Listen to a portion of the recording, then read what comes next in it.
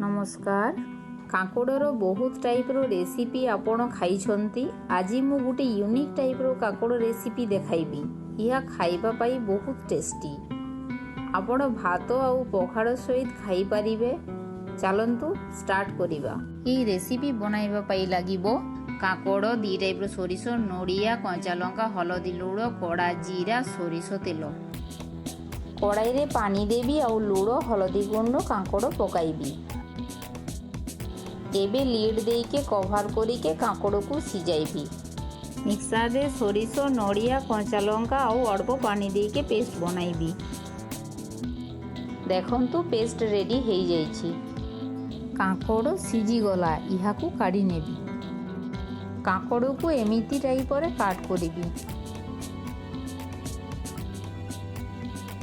इहा पर स्मैशर नहीं के स्मैश करिबी। आपण चाहिए हाथ रे भी स्मैश करि पारिबे।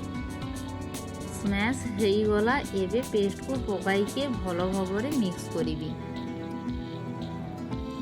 कड़ाई रे तेल को गरम करी के कड़ा जीरा पकाइबी। एइथिरे स्मैश्ड काकोड़ पकाइबी आउ इहाकू भलो भाबरे फ्राई करिबी। अल्प लुण देई देबी।